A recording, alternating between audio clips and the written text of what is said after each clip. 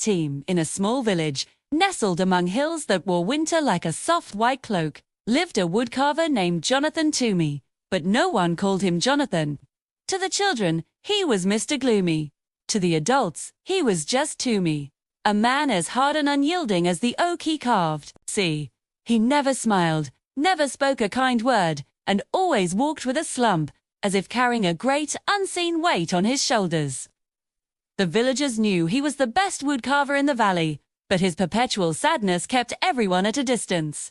He lived alone in a small cottage at the edge of town, the scent of pine and sawdust his only companions. His days were filled with the tap-tap-tapping of his hammer and the scrape of his chisel, creating beautiful figures that held none of the warmth or joy of the life around him.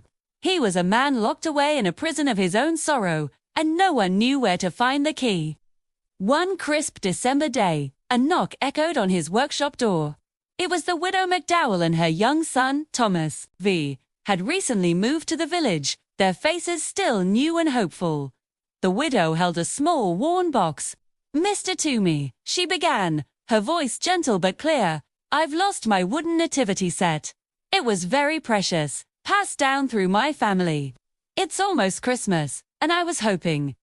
could you carve a new one for us?" Jonathan grumbled, his eyes fixed on the half-finished bird in his hands. "I'm busy. Don't have time for toys." But young Thomas, his eyes wide with a mix of awe and courage, stepped forward. "Please, sir, my mother says you're the best woodcarver in the world. I especially need the sheep. They have to look like they're happy to see the baby." Something in the boy's earnest plea made Jonathan pause. He looked from the boy's hopeful face to his mother's quiet strength. He had not been asked to carve something happy in a very long time. With a deep, reluctant sigh, he finally agreed.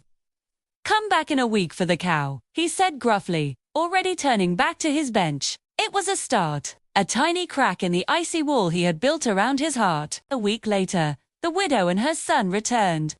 Jonathan presented the cow, carved from a block of pale pine. It was perfect in every detail, but stiff, lifeless. Thomas studied it.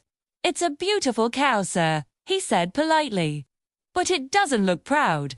The cow in my old set looked proud that the baby was born in her barn. Jonathan grunted, annoyed, but he saw the boy was right.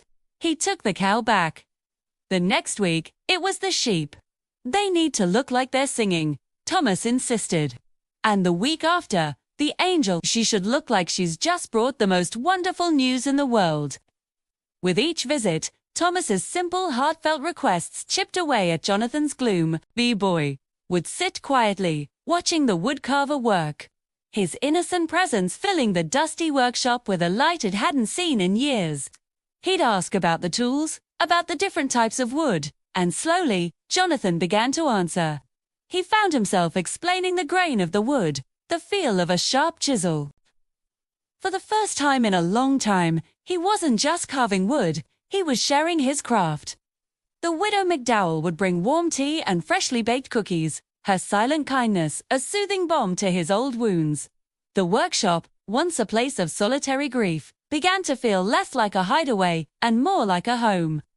Finally, only the figures of Mary, Joseph, and the baby were left to carve. As Jonathan worked on the final piece, the little baby, a memory surfaced, sharp and painful.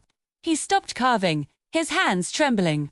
He turned to the widow and Thomas, his voice thick with emotion he had suppressed for years. I had a wife and a baby once," he confessed, the words tumbling out. "They were my world, but they were taken from me. It was winter. I packed our things, our memories, in a box just like yours, but I lost it. I lost everything." Tears streamed down his weathered face. He wasn't Mr. Gloomy anymore. He was just Jonathan, a man with a broken heart. The widow McDowell placed a comforting hand on his arm. Thomas, seeing the woodcarver's tears, did the only thing he could think of. He reached out and gave him a hug, too. In that simple, profound moment of connection, the last of the ice around Jonathan Toomey's heart melted away. On Christmas Eve, the nativity set was finished. The cow looked proud, the sheep looked joyful, and the angel looked as if she was singing hallelujah. The figures were not just wood, they were filled with hope, with love, and with the story of a sad man who had learned to feel again. Jonathan, holding the small, perfect carving of the baby, placed it gently in the manger. He looked at the widow and Thomas, a genuine smile finally reaching his eyes.